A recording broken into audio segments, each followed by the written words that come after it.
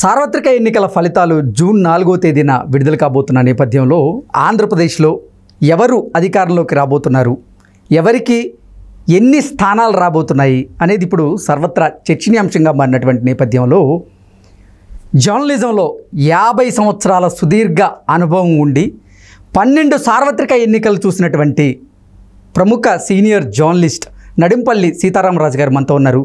సార్తో 175 నియోజకవర్గాల్లో ఏ నియోజకవర్గంలో ఏ పార్టీ గెలిచే అవకాశం ఉంది అనే అంశం గురించి విశ్లేషణ చేసుకునేటువంటి ప్రయత్నం అయితే మనం చేద్దాం.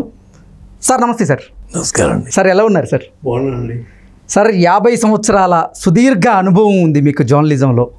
మీ అనుభవంతో ఇప్పుడు అసలు ఆంధ్రప్రదేశ్లో జరిగినటువంటి సార్వత్రిక ఎన్నికల్లో 175 స్థానాల్లో ఏ పార్టీకి ఎన్ని స్థానాలు రాబోతున్నాయి, ఏ పార్టీ అధికారంలోకి రాబోతోంది అంటే ఏం చెప్తారు సార్? ఎందుకంటే నేను ఉమ్మడి ఆంధ్రప్రదేశ్ దగ్గర నుంచి చూశానండి. మీరు అన్నట్టుగా ఆల్మోస్ట్ 12 ఎలక్షన్స్ చూస్తుంటాను. మధ్యలో అసెంబ్లీ డిజాల్వ్ అయినట్టు రామారావు గారు డిజాల్వ్ అయినప్పుడు ఇలాంటివి కాకుండా మొత్తాన్ని 12 అండి. మీరు అన్నట్టుగా ఇంచుమించుగా ఆల్మోస్ట్ నేను చదువుకున్న రోజుల నుంచి కూడా రాస్తున్నాను కాబట్టి అప్పటి నుంచి నాకు ఈ వ్యాపకం ఉంది కాబట్టి మేబీ 50 years జర్నలిజం ఫీల్డ్లో ఉన్నాను. నాకు అది ఇంట్రెస్టింగ్ సబ్జెక్ట్ అండి. నేను జర్నలిజం కూడా చేశాను అనమాట.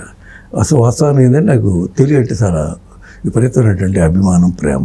ఓకే, ఆ విధంగా ఈ ఫీల్డ్లోకి వచ్చాను. వాస్తవానికి నేను అడ్వకేట్ కావాలి, అడ్వకేట్గా చదవాలని మా తాతగారి కోరిక. బిఎల్ చదివాను కూడా.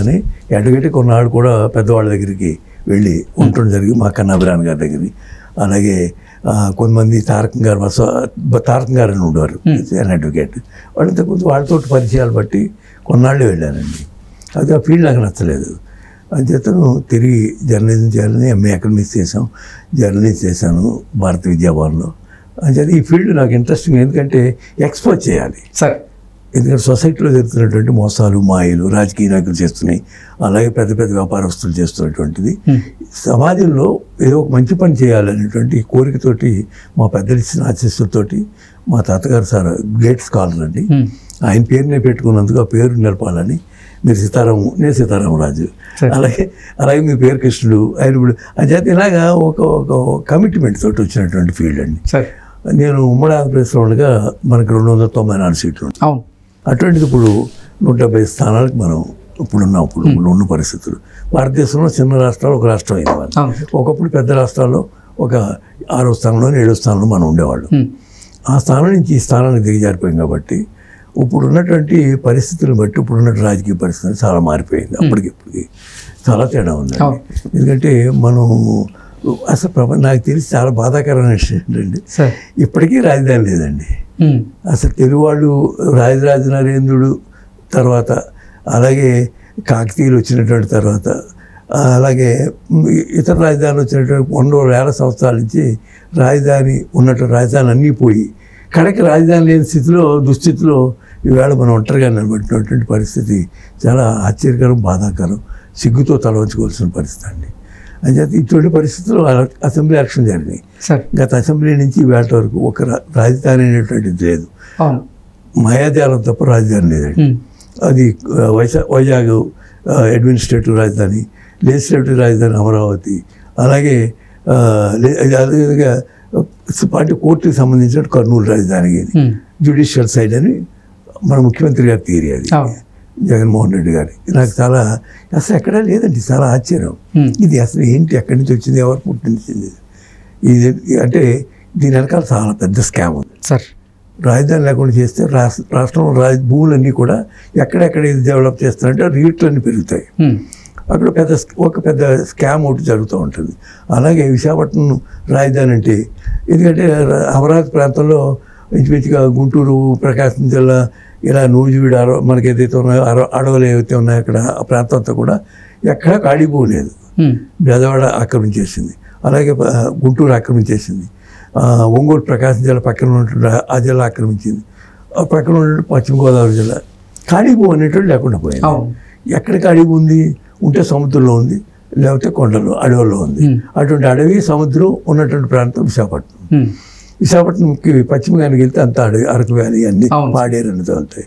విశాఖపట్నం ఇలాగ ఉత్తరాంధ్ర సైడ్కి వెళ్తే కిందకు వస్తే విశాఖపట్నం ఏదైనా మనకి స్టీల్ ప్లాంట్ ఉన్న ప్రాంతానికి వస్తే ఖాళీ భూములు దొరుకుతాయి. సీ కోస్ట్ అంతా ఉన్నటువంటి ఖాళీ భూములు అక్కడ కన్ను పడిందండి. ఆ కన్ను పట్టే మనకు ముప్పుగా పరిగణించింది. అంచేతను ఇది వాస్తవానికి ఏంటంటే రాజధాని కట్టాలని కానీ రాజధాని ఉండాలని కానీ ఎవరికి కోరిక ఉంటే ఇలా ఉండదు. బలమైనటువంటి కోరిక ఉంటే వస్తుంది కానీ బిల్డింగ్లు కూలగొట్టారు అక్కడ ఇక్కడ. అలాగే ప్రజా దర్బార్ కూలగొట్టించారు, వైజాగ్లో కూలగొట్టారు, గీతం గేట్లు కూలగొట్టారు, అక్కడ ఉన్న హోటల్స్ కూలగొట్టారు, రాజమండ్రిలో కూలగొట్టారు. కూలగొట్టే సాంప్రదాయాన్ని మొట్టమొదటిగా మన రాష్ట్రంలోకి తీసుకొచ్చిన వ్యక్తి ఎవరైనా ఉంటుంటే ఆ యొక్క క్రెడిట్ మన జగన్మోహన్ రెడ్డి గారికే దక్కుతుంది. ఎందుకంటే ఇంతకుముందు ఎవరు కూలగొట్టలేదండి, కట్టినోళ్లే తప్ప.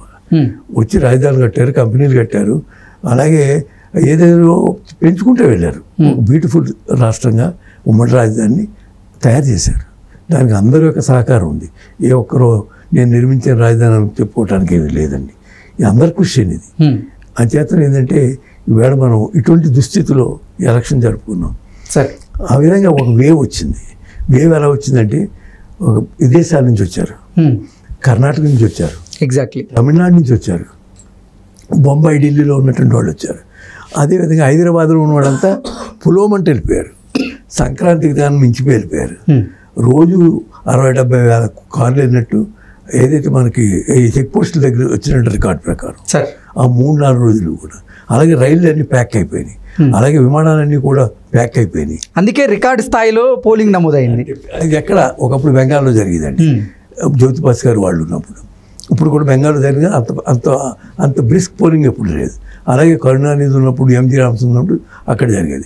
ఎన్టీ రామారావు గారు ఉన్నప్పుడు కూడా మన ఆంధ్రప్రదేశ్ జరిగేది. more than 70% జరిగింది. ఆయన దించేసినప్పుడు జరిగింది. తర్వాత హెక్టిక్ ఎలక్షన్ జరిగినప్పుడు రామారావు గారు డ్రైవ్లో అప్పుడు జరిగేది. ఇప్పుడు అంత జరగడానికి కారణం ఏంటి?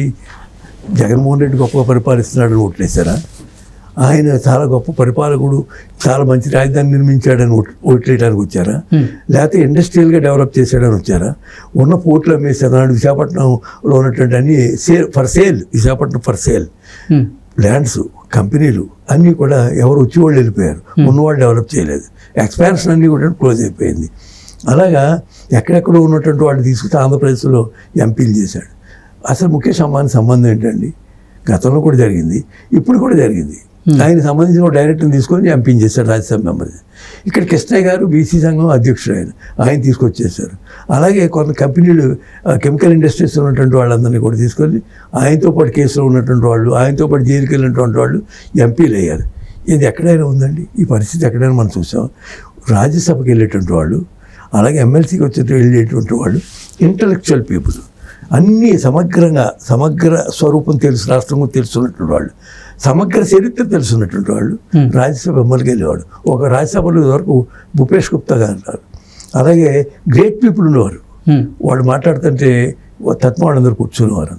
అంత గ్రేట్ పీపుల్ అనేటువంటి అటు రాజ్యసభకి ఇలాంటి వ్యక్తులను జైలుకి వెళ్ళిన వాళ్ళని, ఇతరత్ర వ్యాపకాలు ఉన్నటువంటి వాళ్ళని, ముఖేష్ అంబానీ బంధువుల్ని తీసుకొచ్చి పంపినటువంటి ముఖ్యమంత్రి గతంలో ఉన్నారు, ఇప్పుడు ఉన్నారు. ఈయన అలాగే తీసుకొచ్చేసాడు ఇప్పుడు ఇక్కడ అందరినీ కూడా. మా మిత్రుడికి ఇవ్వలేదు సజ్జల రామకృష్ణారెడ్డి గారు, ఆయన అంతా కొలీగ్సే. నాకు తెలిసి ఆయన నాకు పర్సనల్గా ఇప్పటివరకు ఎప్పుడు కామెంట్ చేయలేదు. అందరూ చేశారు కానీ అన్ని ఛానల్స్ చేశారు. ఆయన ఏదో చేసేస్తున్నాడు, ఆయన ఏమీ చేయడండి. ఆయన ఏం చేసి అయితే ఈయన మనిషి కాదు. అక్కడ ఉన్న చీఫ్ మినిస్టర్ ఒకటి చెప్తే చెప్పి మనిషి అయితే వాళ్ళ తల్లిగారు చెప్పినట్టు వినాలి, వాళ్ళ తండ్రి గారు చెప్పినట్టు వినాలి, వాళ్ళ చిన్నాన్న చెప్పినట్టు వినాలి, వాళ్ళ చెల్లెలు చెప్పినట్టు వినాలి, వాళ్ళ బావకైనా మర్యాద ఇవ్వాలి. ఏమీ పట్టించుకున్నటువంటి వ్యక్తి అక్కడ ఉన్నాడండి. ఆయన ఈ విధమైనటువంటి రాష్ట్రాన్ని దిద్దాల్సినటువంటి సమయంలో తీర్చిదిద్దకుండా తిరోమగామంలో రాష్ట్రాన్ని పరిపాలించినటువంటి ముఖ్యమంత్రి ఉన్నటువంటి రాష్ట్రం ఆంధ్రప్రదేశ్ ప్రపంచంలో. అటువంటి తిరోగమన ముఖ్యమంత్రి ఉన్నటువంటి ఈ టైంలో ఎలక్షన్ జరిగిందంటే నేను మీ ఛానల్లోనే ఛాలెంజ్ చేశాను సార్ 2 నెలల క్రితం. నేను మళ్ళీ టీవీలో మాట్లాడనని చెప్పాను, నేను పెన్న పట్టు రాయనని చెప్పాను. ఏది ఇటువంటి వాడి గురించి మాట్లాడే సమస్యకి మళ్ళీ రాదని చెప్పాను.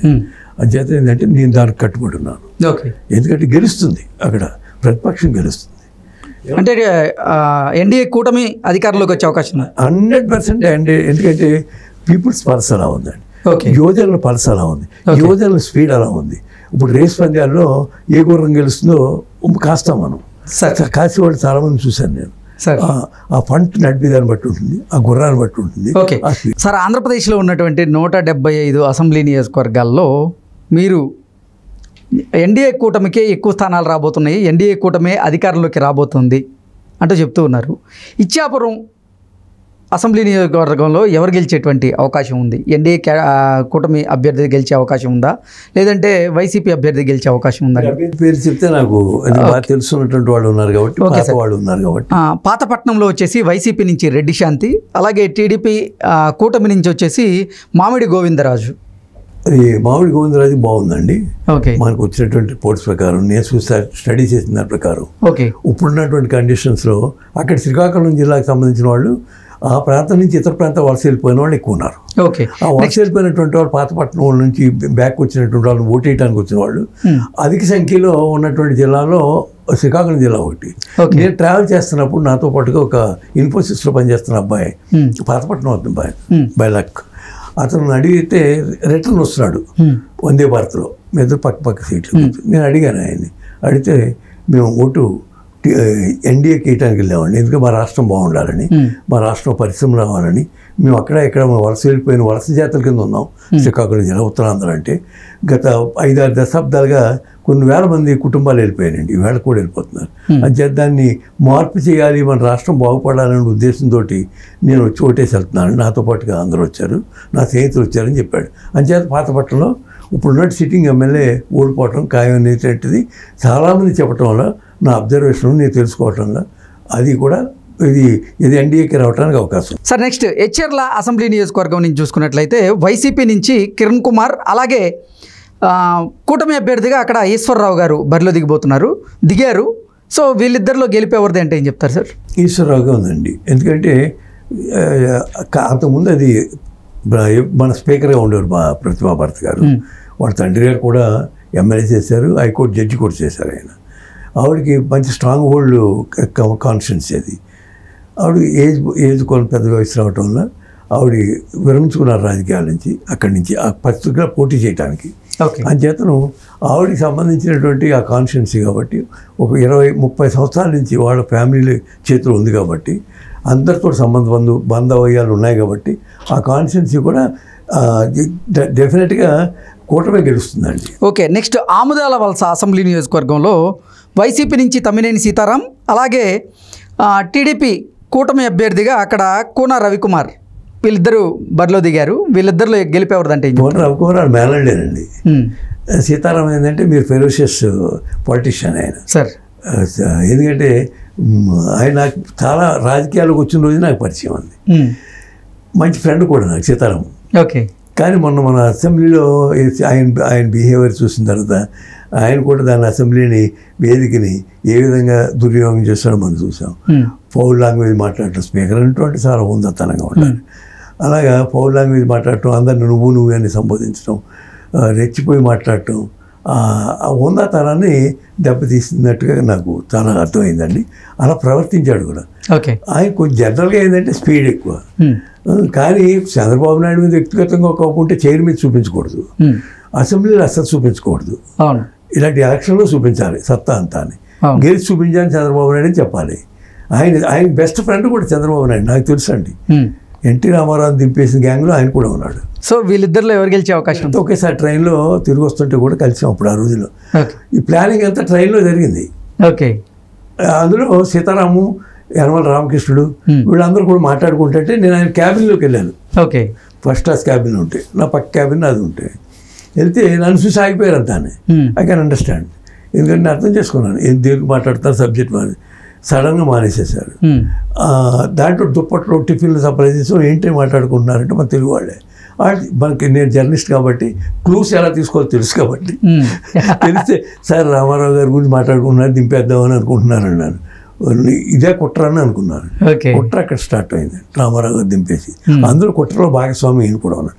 అసెంబ్లీలో కూడా అన్నాడు ఆయన, నేను కూడా భాగస్వామి, నన్ను క్షమించాలి రామారావు గారు అని అసెంబ్లీ సాక్షిగా చెప్పినటువంటి వ్యక్తి. అంచేతను ఈ కుట్రదారులందరూ కూడా, కుట్రదారులు ఎవరైతే కాదు దాంట్లో రామారావు గారికి సంబంధించినటువంటి వ్యక్తులు ఎవరైనా కాదు, ఆ పార్టీలు ఇంకా కొనసాగుతున్నారు. అంచేతను ఇది ఓడిపోయేది మొదటి స్థానంలో ఇది ఉందండి. కోన రవికుమార్ యంగ్ బాయ్, బాగా పాపులరు. నేను అన్నట్టుగానే వలసవాదానికి వ్యతిరేకంగా ఉదరకు బ్రిటిష్ వలసవాదానికి వ్యతిరేకంగా భారతదేశం తిరుగుబాటు చేసింది. ఇప్పుడు వలసవాదులకి అంతా కలిసి మూకుమ్మడిగా ఈ ప్రభుత్వాన్ని దింపాలనేటువంటి నిర్ణయానికి ఉత్తరాంధ్ర నుంచే ప్రారంభమైంది. ఓకే. అంచేతను సీతారాం గారు ఈసారి పెట్టేవేడ సర్దుకోవడం తప్పనిసరిగా అక్కడ జరిగేటువంటి పరిణామాలు అదొక పరిణామంగా మనకు వచ్చినటువంటి నేను సేకరించినటువంటి ఇతరత్ర సర్వేలు వస్తున్నటువంటి ఇతర పేపర్లు వచ్చిన రివ్యూస్ అట్లన్నీ ఆధారంగా నాకు అక్కడ ఉన్నటువంటి మిత్రులు చెప్పిన దాన్ని బట్టి ఓడిపోయి మొదటి స్థానాల్లో స్పీకర్ గారు స్థానం ఉంది. Okay. Next sir, Tekkali assembly నియోజకవర్గంలో వైసీపీ నుంచేమో దువ్వాడ శ్రీనివాస్ ఆయన బరిలో దిగారు. అలాగే కూటమి అభ్యర్థిగా కింజరపు అచ్చెన్నాయుడు గారు అక్కడ బరిలో దిగారు. వీళ్ళిద్దరిలో గెలిపేవారిది అంటే ఏం చెప్తారు? డెఫినెట్గా అచ్చెన్నాయుడు గారు కూడా మొన్న కూడా ఓడిపోలేదండి. మొన్న కూడా ఎమ్మెల్యేగా ఉన్నారు, పార్టీ లీడర్గా కూడా ఉన్నాడు ఆయన, అంచేత ప్రెసిడెంట్గా కూడా ఉన్నాడు. ఎన్ని ఉన్నటువంటి వ్యక్తి, పైగా వాడి ఫ్యామిలీ ఏదైతే ఉందో బీసీల కమ్యూనిటీది కుప్పులు వెలమ చాలా స్ట్రాంగ్ హోల్డ్ అండి. నేను కూడా వాళ్ళ ఊరు వెళ్ళాను నారాయణ గారు ఉన్నప్పుడు. మంచి పలుకుపడినటువంటి ఫ్యామిలీ, ఛాలెంజింగ్గా నిలబడుతున్నటువంటి ఏ ఒత్తిడి వచ్చినా ఎంత ఇబ్బందులు వచ్చినా జైలుకి వెళ్ళాలన్నా దేనికైనా ఆయన ముందుండి పోరాడినటువంటి వ్యక్తి. ఆయన ఓడిపోతే చాలా స్థానాల్లో ఎన్డీఏ ఓడిపోతుంది. అటువంటి పరిణామం అసలు లేనే లేదండి. ఆయన 100కి 100 పాళ్ళు గెలిచే వ్యక్తుల్లో అచ్చెన్నాయుడు గారు ఉన్నారు. ఇందులో అనుమానం లేదు కూడానండి. Okay. Next sir, Srikakulam assembly నియోజకవర్గంలో వైసీపీ నుంచి ధర్మాన ప్రసాదరావు గారు, అలాగే కూటమి అభ్యర్థిగా గోండు శంకర్రావు గారు, వాళ్ళిద్దరూ బరిలో నిలిచిన నేపథ్యంలో ఎవరు గెలవబోతున్నారు అంటే? ఆ రోజుల్లో శ్రీకాకుళం చాలా మంచి ఫ్రెండ్స్ ఉండేది. ఆయన మినిస్టర్ కూడా చేశాడు సూర్యనారాయణ గారు, అక్కడి నుంచి గెలిచాడు ఆయన. శ్రీకాకుళం మంచి కాన్స్టిట్యున్సీ అండి. అయితే ఏదైతే ఉన్నారో ఇప్పుడు ధర్మాన ప్రసాదరావు కూడా నాకు బాగా తెలుసున్న వ్యక్తి, ఫ్రెండ్ కూడా. ఆయన కూడా అడ్వకేటు, లా చదివాడు ఆయన. ఆయన చాలా మనం ఈ మధ్యన ఆయన అసెంబ్లీలో మాట్లాడిన తీరు, బయట మాట్లాడుతున్న తీరు చాలా, ఎందుకంటే అటు చాలా జెంటిల్మెన్ ఆయన, చాలా బాగా మాట్లాడతాడు, సబ్జెక్ట్ ఉన్నటువంటి వ్యక్తి. ఆయన కూడా ఓడిపోతాడంటే నాకు కూడా బాధగా ఉందండి. ఓకే. నెక్స్ట్ సార్, నరసన్నపేటలో వైసీపీ నుంచేమో ధర్మాన కృష్ణదాస్ గారు బరిలో దిగారు. అలాగే కూటమి అభ్యర్థిగా బగ్గు రమణమూర్తి గారు ఆయన బరిలో దిగిన నేపథ్యంలో వీళ్ళిద్దరిలో గెలిపేవారు. టీడీపీలో ముందు నుంచి ఉన్నాడు రమణమూర్తి గారు, కానీ కృష్ణప్రసాద్కి అక్కడ హోల్డ్ ఉందండి. ఆయన నాకు డౌట్, ఆయన గెలిచే అవకాశాలు ఎడ్జిలో ఉన్నాడు. కానీ గాలి చాలా తీవ్రంగా వీస్తుంది కాబట్టి, తుఫాను శ్రీకాకుళం నుంచే మొదలవుతుంది కాబట్టి కళింగపట్నం దగ్గర ఉందండి. ముందు మనకి వార్నింగ్ కాల్స్ అన్నీ అక్కడి నుంచి వస్తాయి రాష్ట్రం వచ్చి తుఫాను గురించి. అంచేతను అసలు ఈ వేవ్ అనేటువంటి తుఫాను శ్రీకాకుళం నుంచి ప్రారంభమైంది కాబట్టి కళింగపట్నం ఇట్లన్నిటి తుడిసిపోయిపోతుందండి. అంతేతను నాకైతే వేవులన్నీ ఒకలాగే ఉంటాయండి. నేను చూసినంతవరకు నేను చెప్పాను కదండి, 10-12 డైరెక్షన్ చూశానండి. ఇటు అటు లేవండి, ఉంటే అటు లేకపోతే ఇటు, అంతే తప్ప మధ్యలో వాడు మంచివాడు, వాడు చాలా సాత్వికుడు, వాడు 10 మందికి సహాయం చేశాడు అనేది లేదు. కొట్టుకుపోవటం అనేది ఒకలాగే ఉంటుంది ఎక్కడైతే. వాళ్ళంతా కొట్టుకుపోయి గ్యాంగ్లో ఉన్నారండి అంతా. ఓకే. సో నరసన్నపేటలో కూడా టఫ్ ఫైట్. ఓకే. బట్ ఇది టఫ్ ఫైట్ నాకు అందినటువంటి సమాచారం ప్రకారం. కానీ ఇప్పుడు ఉన్నటువంటి పరిస్థితుల్లో ఫ్రంట్ గెలవటానికి ఒకసారి. Okay sir. Next Palasa assembly నియోజకవర్గం నుంచి సీదెలి అప్పలరాజు గారు ఆయన వైసీపీ నుంచి బరిలో దిగారు. అలాగే గౌతు శిరీష కూటమి అభ్యర్థిగా బరిలో దిగారు. వీళ్ళిద్దరిలో గెలిపేవారు సార్? లచ్చన్ గారు అమ్మాయి అండి. గౌతు లచ్చన్ గారు great Patriot and freedom fighter కూడా ఆయన. ఎన్నోసార్లు స్వతంత్ర సమయంలో జైలుకి వెళ్ళినట్టున్నాడు. ప్రకాశం గారు వీళ్ళందరికీ కూలిగా ఆయన. అంచేత ఏంటంటే చాలా ఒక హిస్టారికల్ ఫ్యామిలీ అది. వాళ్ళ ఫాదర్ శివాజీ, ఆయన రామారావు గారు ఇష్టమైనటువంటి వ్యక్తి, అంటే లచ్చన్ గారు అబ్బాయి. శివాజీకి సంబంధించినటువంటి కుటుంబ సభ్యురాలే కాబట్టి ఆవిడ డెఫినెట్గా గెలుస్తుందండి. వాళ్ళు ఓటమి అనేది ఎంతవరకు చాలా తక్కువ. మొన్న ఇటువంటి గాలి వచ్చినప్పుడే తప్ప వాళ్ళు ప్రతి ఎలక్షన్ గెలుస్తూనే వచ్చారు. అంచేతను ఆ ఫ్యామిలీకి ఉన్నటువంటి హిస్టరీని బట్టి, అక్కడ ఉన్నటువంటి ప్రజల మీద వాళ్ళకి ఉన్నటువంటి గౌరవాన్ని బట్టి మళ్ళీ సీరియస్గా వెళ్ళడానికి అవకాశం ఉంది. Okay sir. Next Ichchapuram assembly నియోజకవర్గం నుంచి వైసీపీ నుంచి పిరియా విజయ గారు అక్కడ బరిలో దిగున్నారు. అలాగే కూటమి అభ్యర్థిగా బెందాలం అశోక్ గారు అక్కడ బరిలో దిగిన నేపథ్యంలో వాళ్ళిద్దరిలో గెలిపేవారిది అంటే ఏం చెప్తారు? ఎన్టీ రామారావు టైం నుండి 83లో 4 ఒకరికి ఇచ్చారు. అంటే పెద్ద వేవ్ కదండి అది, ఓ పెద్ద సునామీలాగా వచ్చినటువంటిది అది ఎన్టీ రామారావు గారు గెలుపు అనేటువంటి 1983లో. అంచేతను బయట ఎక్కడి నుంచి వచ్చి వ్యాపారం చేసుకున్నవాడు ఇచ్చినా గెలిచేశాడు అక్కడ. అంచేతను ఏంటంటే ఇచ్చాపురం మనకి బార్డర్, అక్కడి నుంచే మొదలవుతుంది కాన్స్టిట్యున్సీస్ కానీ మనకి రాష్ట్రం కానీ అక్కడి నుంచే. అంచేతను ఆమదాలవలస, ఇచ్చాపురం అన్నీ కూడా ప్రాంతాల్లో ఉన్నటువంటి అంత ఎక్కువగా ఈ పాప కూలినాలు చేసుకునేటువంటి వాళ్ళు ఎక్కువ మంది ఉన్నటువంటి ప్రాంతం అది. అందులో ఒరిస్సా బార్డర్ కాబట్టి మనకు బరంపురం, గంజాం డిస్ట్రిక్ట్ తెలుగు వాళ్ళు ఎక్కువ ఉన్నారు, మైగ్రేటెడ్ పీపుల్ ఎక్కువ ఉన్నారు, వలసలు పోయేటువంటి పనులకు వెళ్ళినటువంటి. అంచేతను ఇచ్చాపురంలో మొదటి నుంచి తెలుగుదేశం గెలుస్తూ వచ్చిన తర్వాత మధ్యలో రాజశేఖర రెడ్డి గారు ఉన్నప్పుడే అటు ఇటు మారింది. ఫస్ట్ రాజశేఖర రెడ్డి గారు అక్కడి నుంచే ప్రారంభించారు. నేను అప్పుడు కూడా మీటింగ్కి వెళ్ళానండి. అంచేతను ఏంటంటే ఇచ్చాపురం ముందు శ్రీకారం చుడుతుంది ఫ్రంట్కి, అక్కడి నుంచే మొదలవుతుంది విజయం. ఓకే, జెండా కపిరాజు అక్కడి నుంచి మొదలవుతున్నాడు. ఓకే, సో ఓవరాల్గా శ్రీకాకుళం జిల్లాలో చూసుకున్నట్లయితే కూటమికి ఎక్కువ స్థానాలు వచ్చే అవకాశం ఉందంటారు, ఇంకా అందులో డౌట్ లేదండి. Okay, next sir, Parvathipuram Manyam district కింద పాలకొండ అసెంబ్లీ నియోజకవర్గం గురించి కనుక మనం మాట్లాడుకుంటే అక్కడ వైఎస్ఆర్సీపీ నుంచి కళావతి గారు బరిలో దిగారు. అలాగే టీడీపీ కూటమి అభ్యర్థిగా అక్కడ జయకృష్ణ గారు బరిలో దిగిన నేపథ్యంలో వాళ్ళిద్దరిలో గెలిపేవరిది అంటే ఏం చెప్తారు? ఇప్పుడు ఈ మధ్యన నాకు చాలా వచ్చిన రిపోర్ట్స్ ఏంటంటే ఇటు మన్యం అల్లూరు సీతారాం డిస్ట్రిక్ట్ కానీ, ఇటు అరకు వ్యాలీ కానీ, పాడేరు కానీ, పార్వతీపురం కానీ, ఇటువంటి ప్రాంతాలన్నీ కూడా వైసీపీకి మొగ్గు చూపుతున్న అన్ని సర్వేలోనూ కూడా వచ్చిందండి. ఎందుకంటే ట్రైబల్ ఎక్కువ కన్వర్షన్స్ అక్కడ జరిగింది, ఇన్ఫ్లుయెన్స్ అక్కడ జరిగింది, డబ్బు ప్రభావం చాలా ఉంది. కానీ డబ్బు ఉన్న నిజాయితీగా అప్పుడు ఎన్టీ రామారావుని ఎన్నోసార్లు గెలిపించినటువంటి ప్రాంతం అది. ఎన్టీ రామారావు గారి పార్టీ అంటే ఒక ఎర్రితోటి ప్రాణం ఎంత అంటే నాకు చాలామంది ఎమ్మెల్యే చిట్రాజు అనే వాళ్ళు ఉండేవారు. అనంతపురం చాలా చాలా సాక్రిఫైస్ లీడర్స్ ఉన్నారండి. అంచేతను శ్రీకాకుళం ఉద్యమం కూడా పార్వతీపురం దగ్గర నుంచే మొదలైంది, నక్సలైట్ ఉద్యమం కూడా. అది ఏ ఉద్యమం మొదలైనా అక్కడ మొదలవుతుంది. అంచేతను అప్పటికి ఇప్పటికీ చాలా తేడా వచ్చింది. కాబట్టి ఈ కన్వర్షన్ యొక్క ప్రభావం ఎక్కువ ఉన్నటువంటి ప్రాంతం కాబట్టి ఇటీవల కాలంలో ఎక్కువ పాస్టర్స్ని డబ్బులు ఇచ్చి పంపించడం, పాస్టర్లు ఇక్కడ వాళ్ళే పార్టీ జెండా పట్టుకు తిరగడం, వీటి వల్ల చాలా ఇబ్బందులు అక్కడ ప్రాంతాలందరికీ వచ్చినాయండి. నక్సలైట్ యొక్క యాక్టివిటీ కూడా తగ్గింది. ఎందుకంటే అక్కడ ఉన్నటువంటి రెబల్ పీపుల్ అంతా కూడా అక్కడి నుంచే వచ్చారు, గ్రేట్ పీపుల్ అంతా కూడా. నక్సలిజంలో సాక్రిఫైస్ చేసిన వాళ్ళు నాగభూషణ పట్నాయక్ వాళ్ళంతా అక్కడే వర్క్ చేశారు, వెంపటరాజ సత్యం గారు అక్కడే వర్క్ చేశారు, తామాడ గణపతి అక్కడే వర్క్ చేశారు, నెక్కంటి భాస్కర్ అక్కడే వర్క్ చేశారు. ఇటువంటి రెవల్యూషన్ పుట్టినటువంటి ప్రాంతంలో ఈవేళ రిలీజియన్ పుట్టి ఒక ఏదైతే ఉందో క్రిస్టియానిటీకి వెళ్ళినటువంటి ప్రాంతంగా, అంచేత అక్కడ కొన్ని డౌట్స్ ఉన్నాయండి. ఓకే, నెక్స్ట్ పార్వతీపురంలో వచ్చేసరికి అలజంగి జోగారావు గారు వైసీపీ నుంచి బరిలో దిగారు. అలాగే విజయ్ చంద్ర గారు కూటమి అభ్యర్థిగా బరిలో దిగిన నేపథ్యంలో అక్కడ గెలిపేవరిది అంటే ఏం చెప్తారు సార్? ఇక నేను ముందుగా చెప్పినట్టే దాంట్లో పెద్ద మార్పు ఉండదండి. ఎక్కువ కొంచెం ఎడ్జి అయితే వైసీపీకి ఉంది, గాలి అయితే ఫ్రంట్కి ఉంది. గాలి గెలుస్తున్నారు లేకపోతే ఎడ్జి గెలుస్తుందంటే ఒక్కోసారి తుఫాన్లో అన్నీ ఊడ్చెట్టుకుతాయి, అంచేత అది కూడా ఉండొచ్చు. ఓకే, నెక్స్ట్ సాలూరు నియోజకవర్గం చూద్దాం సార్. అక్కడ వైసీపీ నుంచి పీడిక రాజన్న దొర బరిలో దిగారు. అలాగే కూటమి అభ్యర్థిగా అక్కడ గుమ్మడి సంధ్యారాణి ఆవిడ బరిలో దిగిన నేపథ్యంలో వాళ్ళిద్దరిలో గెలిపేవరిది అంటే ఏం చెప్తారు? సాలూరు నియోజకవర్గం అది అంచేత గుమ్మడి వాళ్ళకి ఫ్యామిలీలో కూడా కొంచెం ఎక్స్ట్రీమ్గా ఉన్నటువంటి యాక్టివిటీస్ ఉన్నాయి. అటువంటి ఫ్యామిలీస్ నుంచి వచ్చినటువంటి మనకి ఎక్కడ కూడా గుమ్మడి నరసయ్య గారు వాళ్ళు అంతా అదే కమ్యూనిటీ, ట్రైబల్ కమ్యూనిటీ అదంతా. అంచేత దొరప్పుడు ఆయన ఎమ్మెల్యేగా ఉన్నాడు, సిట్టింగ్ ఎమ్మెల్యేగా ఉన్నాడు. అవును సార్. అది అక్కడ నేను చెప్పినటువంటి ఇన్ఫ్లుయెన్స్ కనుక ఉండి డబ్బు ప్రభావం ఉంటే కొంచెం అటు ఇటుగానే ఉంటుంది. కానీ నా డౌట్ ఏంటంటే శ్రీకాకుళం ఎప్పుడు తెలుగుదేశానికి పెద్ద కంచుకోటగా ఉండేదండి. రాజశేఖర రెడ్డి గారు వచ్చినప్పుడు కొంచెం మార్పు వచ్చింది, జగన్ గారు ఈయన వచ్చిన తర్వాత కూడా చాలా మొన్న వేవుగా వచ్చింది. కాబట్టి దాంట్లో కొట్టుకుపోయినటువంటి పరిణామం ఇప్పుడు అంత పరిణామం లేదు. ఓకే, నెక్స్ట్ కురుపాం అసెంబ్లీ నియోజకవర్గంలో వైసీపీ నుంచి పాముల పుష్పశ్రీవాణి ఆవిడ సిట్టింగ్ ఎమ్మెల్యే, ఆవిడ మళ్ళీ బరిలో దిగారు. అలాగే కూటమి అభ్యర్థిగా అక్కడ తొయ్యక జగదీశ్వరి గారు ఆవిడ బరిలో నిలబడ్డారు. వీళ్ళిద్దరిలో గెలిపేవారు.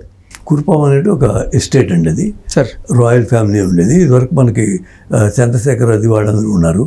అలాగే అక్కడి నుంచి గెలిచినటువంటి వాళ్ళు ట్రైబల్ ప్రాంతం మినిస్టర్గా కూడా పనిచేసిన వాళ్ళు ఉన్నారు. రాజశేఖర్ గారి మంచి ఫ్రెండ్స్ ఉన్నటువంటి సర్కిల్ ఏరియా అది. అదేవిధంగా ఎందుకంటే ఆ ప్రాంతంలో ముందు నుంచి కొంచెం కాంగ్రెస్ బలమైనటువంటి పార్టీగా ఉంది అక్కడ. ఈ కురుపాం సంస్థానం కాంగ్రెస్ ఇటు అటు కూడా ఉన్నటువంటి చెత్తుచర్ల విజయరామరాజు గారు వాళ్ళు గెలిచారు అక్కడ. వాళ్ళ ఫ్యామిలీ రాయల్ ఫ్యామిలీ. అలాగే విజయనగర సామ్రాజ్యంతో సంబంధాలు కూడా ఉన్నాయి. పీడి రాజు గారి బంధువులు కూడా గెలిచారు వాళ్ళు. ఆ విధమైన బంధుత్వంతో కూడా మనం, ఎందుకంటే ఇప్పుడు విజయనగర సామ్రాజ్యం యొక్క ఏదైతే ఇన్ఫ్లుయెన్స్ ఉన్నటువంటి ప్రాంతం కాబట్టి, కురుపం వాడు ఒక సామంత రాజులు కాబట్టి వాళ్ళు కూడా ట్రైబల్స్ కూడా రాజులు అంటారండి ఇక్కడ.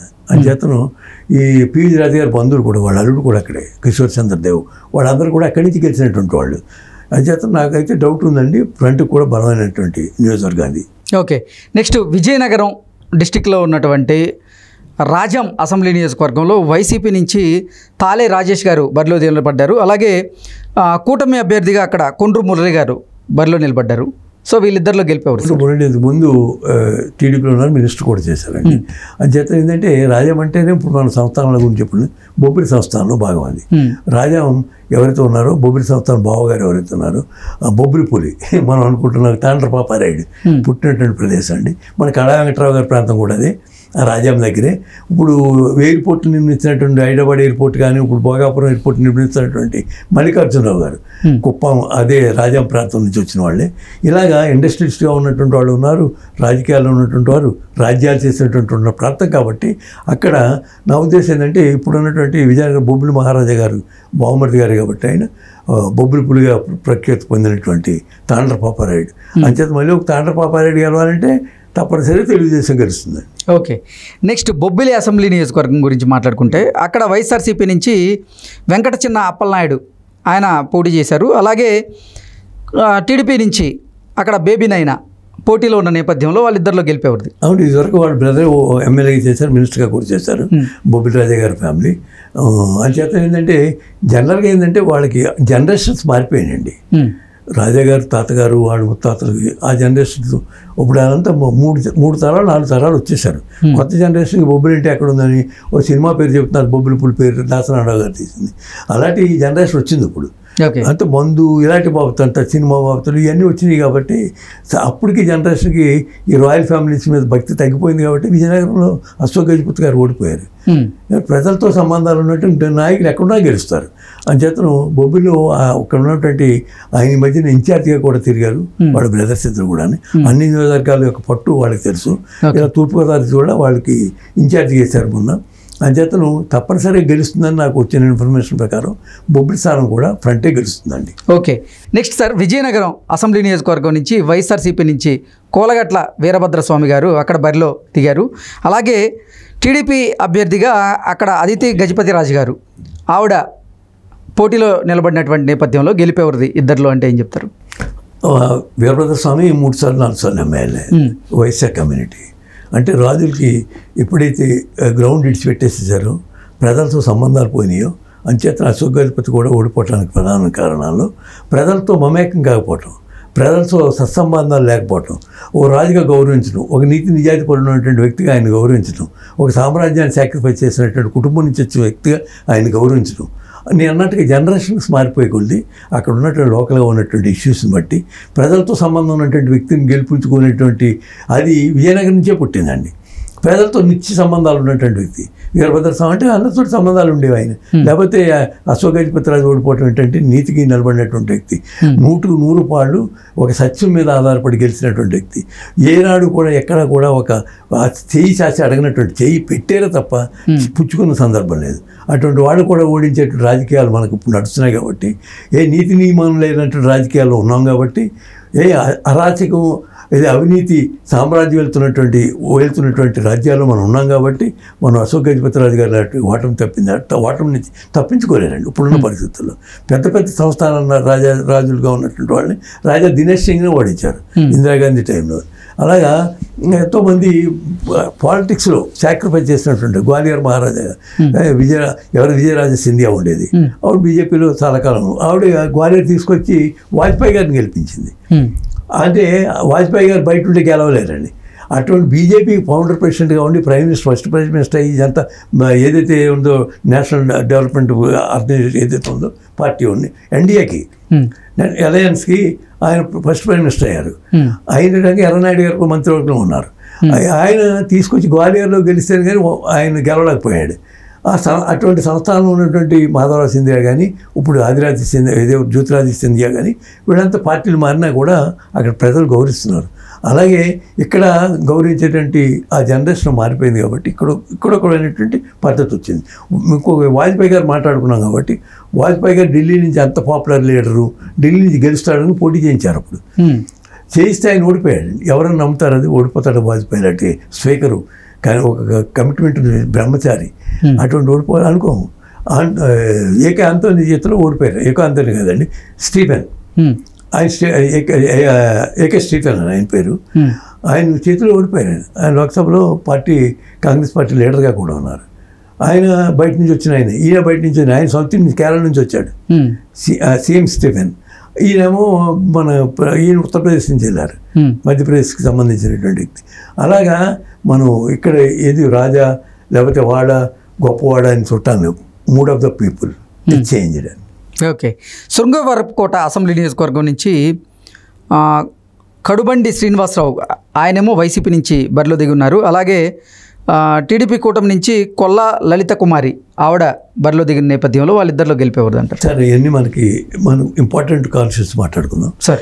వేవ్ ఉంటే వీళ్ళంటే వాళ్ళందరూ కొట్టుకుపోవటం తప్ప ఇంకోటి లేదు. ఇప్పుడు ఆంధ్రప్రదేశ్ నాకు తెలిసిందంటే పెద్ద సునామీ లాంటి రిజల్ట్స్ రాబోతున్నాయి. ఓకే, అర్థమైందండి. కొన్ని చోట్ల రాయలసీమలో కొన్ని జిల్లాలో తప్ప, ఎందుకంటే కొన్ని కమ్యూనిటీస్ సంబంధించిన స్ట్రాంగ్ ఓట్స్ ఉన్నాయి కాబట్టి, రౌడీయిజం అన్ని రకాల నిజాలు అక్కడ యాడ్ అయినాయి కాబట్టి అక్కడ కొంత ఇబ్బంది ఉంది తప్ప తత్మాదంతా. సో విజయనగరం జిల్లాలో, అంటే నేను అడిగేది ఉమ్మడి విజయనగరం జిల్లాలో ఉన్నటువంటి 9 అసెంబ్లీ నియోజకవర్గాల్లో కూటమే ఎక్కువ అసెంబ్లీ నియోజకవర్గాలను గెలవబోతుందంటారు. బయటకు వచ్చినట్టు రిపోర్ట్స్ ప్రకారం చూస్తే కనీసం 6 స్థానాలు గెలుస్తున్నాడు. చీపురుపల్లిలో ఆయన ఓడిపోతున్నాడని తెలిసింది, బొత్స సత్యనారాయణ. ఆ బ్రదరు, భార్య, మొత్తం కుటుంబంలో ఎంతమంది ఉన్నారో అంతమంది ఎమ్మెల్యేలు అయిపోయారండి, మినిస్టర్లు అయిపోయారు, పార్లమెంట్ మెంబర్లు అయిపోయారు, జిల్లా పరిషత్ చైర్మన్లు అయిపోయారు. ఇలా ఒక కుటుంబం ఆక్రమించుకున్నటువంటిది ఉన్న చోట ప్రజల్లో సహజంగా అది ఏదైందంటే నెగిటివిటీ వస్తుంది.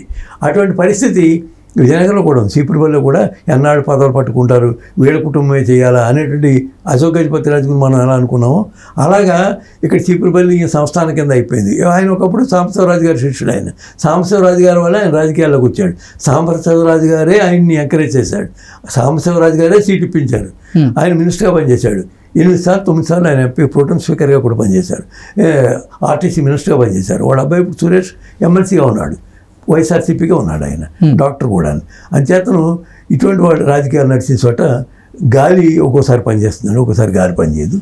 అంచేత వీళ్ళ మీద భక్తి భావం కన్నా, వాళ్ళు పూజించే భావం కన్నా, వాళ్ళు కొలిచే భావం కన్నా ఇప్పుడు ప్రజల్లో జనరల్గా వ్యతిరేకత వచ్చిందండి. ఎందుకంటే మనకేం చేశారు, మనకేమైనా ఉపకారం చేశాడా, ఆయన సంపాదించుకోవడం తప్ప మనకు ఎవరైనా చేస్తున్నారా, మనకేమైనా అభివృద్ధి పొందామా, మన డెవలప్మెంట్ ఉందా, మందు తాగించడమే తప్ప ఇంకో కార్యక్రమం ఏమైనా ఉందా సాయంకాలం నుంచి పొద్దున్న వరకు? వీళ్ళంతా సారా వ్యాపారాలు చేస్తుండండి. అంచేత ఇటువంటి అన్ని మార్పు వచ్చింది. ఈ మార్పులో చాలామంది ప్రపంచవ్యాప్తంగా వచ్చిన మార్పుల్లో భారతదేశంలో కూడా మార్పు వచ్చింది. అది ఎక్కడి నుంచి వచ్చిందంటే వేవ్ లెంగ్త్ అండి అది. అంచేత మనం ఇటువంటి విషయాల్లో ఒక వేవ్ వస్తుంది కాబట్టి ఆ వేవ్లో వాడా వీడా అనేటువంటి చూడరండి. అంత మన ఎందుకంటే నేను 83లో చూశాను రామారావు గారు, మళ్ళీ 1985లో చూశాను. 89 రామారావు గారు ఓడిపోయారు, మళ్ళీ రామారావు గారు సునామీ కింద వచ్చేసింది. ఇలాగా అటువంటి సునామీలు వచ్చినప్పుడు ఇటువంటి వాడు ఎవరు కూడా కనపడరండి. సార్, విశాఖపట్నం జిల్లాలో ఉన్నటువంటి అసెంబ్లీ నియోజకవర్గాల్లో టీడీపీ అభ్యర్థులు ఎక్కువ చోట్ల గెలవబోతున్నారా, లేదా వైసీపీ అక్కడ సత్తా చాటే అవకాశం ఉందా అంటే ఏం చెప్తారు? విశాఖపట్నం నుంచి మించిగా స్థానాలన్నీ వస్తాయండి. నాకు చాలా మంచి ఫ్రెండ్స్ ఉన్నారు. నేను చదువుకున్నటువంటి ప్రాంతం కూడా అది. నాకు అప్పటి నుంచి పొలిటికల్గా కూడా సంబంధాలు ఉన్నటువంటి వాళ్ళు ఉన్నారు. ఇవాళకి కూడా చాలామంది తెలిసిన వ్యక్తులు ఉన్నారు. వాళ్ళు రెగ్యులర్ కాంట్రాక్ట్లో ఉండేటువంటి వాళ్ళు ఉన్నారు. నేను అలాగే 4th అక్కడే ఉంటున్నానండి, విశాఖపట్నంలో ఉంటున్నాను. కౌంటింగ్ రోజు నా ఊళ్ళో ఉంటున్నాను. ఎంచేతంటే ఆ ప్రాంతంలో ఉన్నటువంటి వాళ్ళు నాకు చాలా క్లోజ్ ఫ్రెండ్స్. అంతా మైగ్రేటెడ్ పీపుల్, వ్యాపారాలు రీచి వచ్చినటువంటి వాళ్ళు, కంపెనీలు పెట్టినటువంటి వాళ్ళు, చదువు కోసం వచ్చి స్థిరపడినటువంటి వాళ్ళు, ఇతర ప్రాంతాల నుంచి వచ్చినటువంటి వాళ్ళే వైజాగ్లో ఎక్కువ ఉన్నారు. వాళ్ళందరూ చెప్పినటువంటి according to the reports definitely front wheel one the game అండి. అక్కడ జరిగే ఎన్నికల్లో వచ్చే రిజల్ట్స్లో ఫ్రంటే గెలవబోతుందండి. ఓకే, నెక్స్ట్ తూర్పుగోదావరి జిల్లాలో ఉన్నటువంటి 19 అసెంబ్లీ నియోజకవర్గాల్లో కూటమి సత్తా చాటే అవకాశం ఉందా, లేదా వైసీపీ ఎక్కువ స్థానాలని అక్కడ కవిత్వం చేసుకునే అవకాశం ఉందా అంటే ఏం చెప్తారు సార్? నేను ఆ ప్రాంతం నుంచి ails from old east Godavari district అండి. అంచేత చాలామంది స్నేహితులు ఉన్నారు. ముందు నుంచి 30-40 ఇయర్స్ నుంచి అంతా తెలుసుకున్న వ్యక్తులే ఉన్నారు రాజకీయాల్లో. అటు బుచ్చే చౌదరి గారి దగ్గర నుంచి, యనమల రామకృష్ణ గారి దగ్గర నుంచి, నెహ్రూ గారి దగ్గర నుంచి, వీళ్ళందరూ కూడా ఏఎస్ రాజు గారి దగ్గర నుంచి, వీళ్ళందరూ ఇప్పుడు ఉన్నటువంటి విశ్వరూప్ గారు కూడా వైసీపీలో ఉన్న మంత్రిగా ఉన్న వాళ్ళంతా నాకు తెలుసున్నటువంటి వ్యక్తులేండి. అంచేతను ఈ గాలిలో మొత్తం ఉన్నట్టు పాత జిల్లాలో ఈస్ట్ ఒక సామెత ఉందండి, తూర్పు పశ్చిమ గోదావరి ఏ పార్టీ గెలుస్తుందో అదే అధికారంలోకి వస్తున్నారు. 2 జిల్లాల్లోని ఇప్పుడు ఫ్రంట్కి వెళ్ళబోతుంది. పశ్చిమ గోదావరి జిల్లాలో కూడా మనం రఘురామకృష్ణరాజు గారు ఇది రెబెల్ క్యాండిడేట్. ఆయన మొట్టమొదటి ఎదిరించి పోరాడినటువంటి వ్యక్తి జగన్ని తట్టుకుని నిలబడినటువంటి వివేకానంద రెడ్డి లాగా ఎగిరిపోలేదు పాపండి. అంచేత ఏంటంటే అమ్మలాగా పారిపోలేదు, చెల్లిలాగా పార్టీ పెట్టలేదు, పార్టీ ప్రెసిడెంట్ అవ్వలేదు. ఆయన వ్యక్తిగత మీద కలేజా తోటి నిలబడినటువంటి బాపరాజు గారితో, కన్మూరి బాపరాజు గారు, మీసాల బాపరాజు గారు అంటాం, వాళ్ళ అన్నగారు అబ్బాయి స్వయంగా. అంత ముందున్న ఎంపీ గారికి దగ్గర గంగరాజు గారి దగ్గర బంధువు ఆయన. ఆయన సత్తా చూపించుకున్నాడు. ఫ్యామిలీ కలిసి వచ్చినా కలిసి రాకపోయినా, ఫ్యామిలీలో వ్యతిరేకించినా, ఏం చేసినా సరే రఘురాముడు నిలబడతాడని బాణం పట్టుకుని ఉంచున్నాడు. నేనే విజయం సాధిస్తాను. నిన్న మీటింగ్లో కూడా ఆయన అక్కడ కలిసినప్పుడు కూడా ఎన్టీఆర్ ఘాట్లో కానీ అక్కడ కానీ ఆయన వచ్చారు అక్కడ.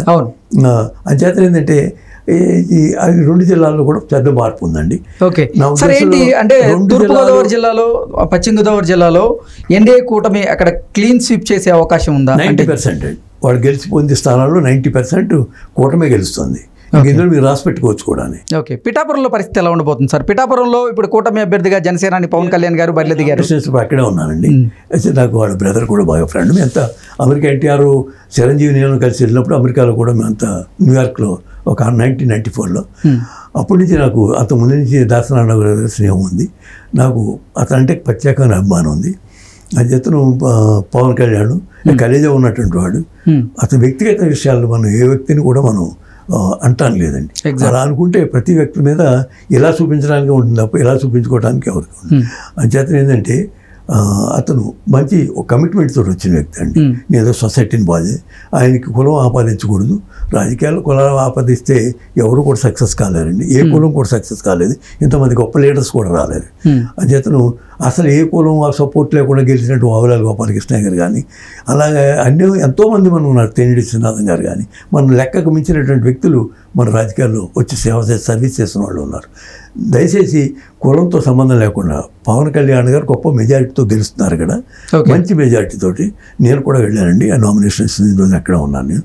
కానీ వరం గారు ఆయన సపోర్ట్ చేశారు కాబట్టి, ఆయన ఎక్స్ఎమ్మెల్యే కాబట్టి, ఆయన సీట్ ఇవ్వకపోయినా గెలిచినటువంటి వ్యక్తి. అప్పుడు అదే పార్టీ తెలుగుదేశం పార్టీ తిరస్కరించినప్పుడు కూడా వంగా గీత అనేటువంటి వ్యక్తి నేను రామారావు గారి దగ్గర స్వయంగా తీసుకుని, అవును అడగండి మీరు ఎప్పుడైనా, స్వయంగా తీసుకెళ్తే జడ్పీ చైర్మన్ ఇచ్చారు. బ్రదర్ ఇప్పుడు మంచివాడైనా అని అడిగారు. మంచివాడన్నా. అలాగే వెస్ట్ గోదావరికి అమ్మాయి లేడీ, ఆ పేరు మర్చిపోయానండి, రాజేశ్వరి అనుకుంటే, ఇద్దరు నేను రామారావు ఛాంబర్లో తీసుకెళ్ళా. సార్, ఉమ్మడి కృష్ణా జిల్లాలో టీడీపీ కూటమి సత్తా చాటబోతుందా లేదా వైసీపీకి ఎక్కువ స్థానాలు రాబోతున్నాయా అంటే ఏం చెప్తారు? ఉమ్మడి కృష్ణా జిల్లాలో ఎన్టీఆర్ రామారావు జిల్లా కానీ కృష్ణా జిల్లా కానీ ఎక్కువ మెజార్టీ స్థానాలు ఫ్రంట్కి వస్తుంది, నేషనల్ ఫ్రంట్కి వస్తున్నాయండి. అందులో ఏమీ అనుమానం లేదు. నేను కాక మన అమిత్ షా గారు కూడా చెప్పినటువంటి లెక్కలు అవే, కూటమి వెలుస్తుందని చెప్పారు. వాళ్ళ అంచనాల ప్రకారం కూడా వాళ్ళకి అందినటువంటి రిపోర్ట్స్, ఆయన ఇంటెలిజెన్స్ రిపోర్ట్స్ ఉంటాయి కూడా, అలాగే అంతే పోలీస్ రిపోర్ట్స్ ఉంటాయి. వీటన్నిటి ప్రకారం కూడా తప్పనిసరిగా కూటమికే మెజార్టీ 80%. ఓకే సార్, గుడివాడలో వైసీపీ నుంచి కొడాలి నాని గారు పోటీ చేస్తున్నారు, అలాగే కూటమి అభ్యర్థిగా వెనిగళ్ల రాము గారు పోటీ చేస్తున్నారు. వాళ్ళిద్దరిలో ఎవరు గెలిచే అవకాశం ఉందంటారు?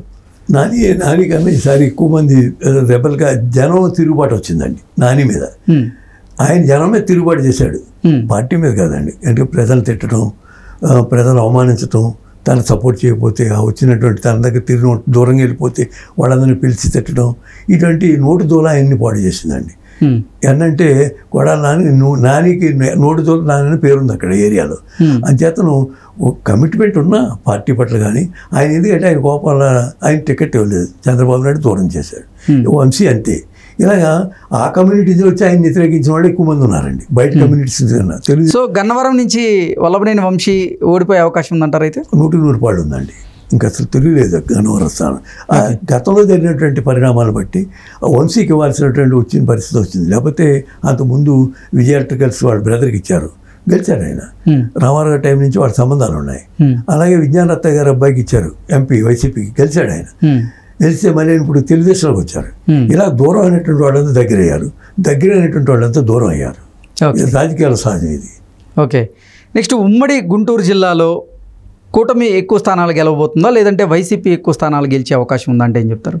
ఉమ్మడి అది ఏదైతే గుంటూరు జిల్లా కొంచెం కన్ఫ్యూజన్ ఉందండి. ఎందుకంటే కమ్యూనిటీస్ రిలీజియస్ వైజ్గా కూడా ముస్లిం డామినేటెడ్ ఏరియాస్ ఉన్నాయి, అలాగే క్రిస్టియన్ డామినేటెడ్ ఏరియాస్ ఉన్నాయి. అలాగే దాన్ని బట్టి ఈక్వేషన్స్ మారినాయి. చదువుకున్న వాళ్ళు వచ్చారు, ఓటేసారు.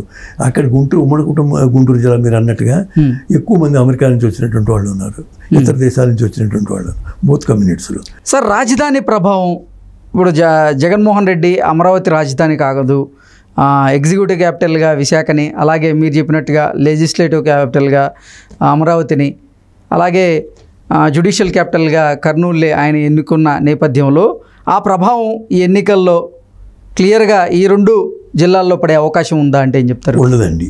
ఎలా ఉండదంటే ఎందుకు చెప్తానంటే, ఇప్పుడు అక్కడ గెలిచినటువంటి ఎమ్మెల్యే రాజధాని ఇక్కడి నుంచి వెళ్ళిపోవటానికి ప్రధాన కారణం అండి. అతను మంగళగిరి నుంచి గెలిచినటువంటి వాడు పార్టీ నుంచి కూడా వెళ్ళిపోయాడు, మళ్ళీ పార్టీ వెనక్కి వచ్చాడండి. అంచేతను షర్మిల దగ్గరికి వెళ్ళాడు. ఆయనకు ఒక స్టాండర్డ్ లేదు అక్కడ. ఎందుకంటే కమ్యూనిటీ బేస్ తోటి ఇతర కమ్యూనిటీస్ సపోర్ట్ చేయడం తోటి గెలిచాడు తప్ప ఆయన వ్యక్తిగతంగా గెలిచినటువంటి వ్యక్తి కాదు. అంచేత ఏంటంటే ఈ పేదలు అందరూ కూడా బోధించినటువంటి వాళ్ళు పెద్దవాళ్ళు ఇచ్చారు, పేదవాళ్ళు ఇచ్చారు. ఆ విధంగా అక్కడ నాశనం అయిపోయాడు. ఈ మధ్య ఒక వీడియో వచ్చింది, చాలా బాధ వేసింది అది చూస్తుంటే నాకు. చాలా ఎందుకంటే మనసు తరిగిపోయింది. ఇటువంటి ప్రాంతాన్ని సస్యశ్యామలంగా ఉండేదని నేను వెళ్ళాను ఆ ప్రాంతం అంతా. నేను చెప్పిన గంగరాజు గారు కూడా అక్కడ చాలా ల్యాండ్స్ ఉన్న ప్రాపర్టీస్ ఉన్నాయి. ఆయన పాపం నేచురోపతి హాస్పిటల్కి మంత్రి సత్యనారాయణ గారి హాస్పిటల్ మొట్టమొదటి పెట్టిన హాస్పిటల్ అక్కడే. ఆ ప్రాంతం అంతా కూడా ఎంతో డెవలప్ అనుకున్నారు వాళ్ళందరూ కూడా. కానీ ఈ రివర్స్ గేర్లో వెళ్ళినటువంటి ముఖ్యమంత్రి వచ్చిన తర్వాత అది బీడు పడిపోయి పాడుపడిపోయి. అదే సార్, అంటే రివర్స్ గేర్లో వెళ్ళడం వల్లే ఆ ప్రభావం ఖచ్చితంగా జగన్మోహన్ రెడ్డి పార్టీ మీద పడే అవకాశం ఉంది కదా? ఖచ్చితంగా ఉందండి. ఎందుకంటే అక్కడ చదువుకున్న వాళ్ళంతా వచ్చి తిరిగి వ్యతిరేకంగా ఓటేశారు. ఇప్పుడు రేపు వచ్చే ఎలక్షన్ మామూలు ఎలక్షన్ కాదండి, రిజల్ట్ అంతా కూడా ఎక్కడ పెట్టుకుంటారు తలక, ఎక్కడ ముఖం పెట్టుకోవాలో చెల్లనటువంటి రీతిలో.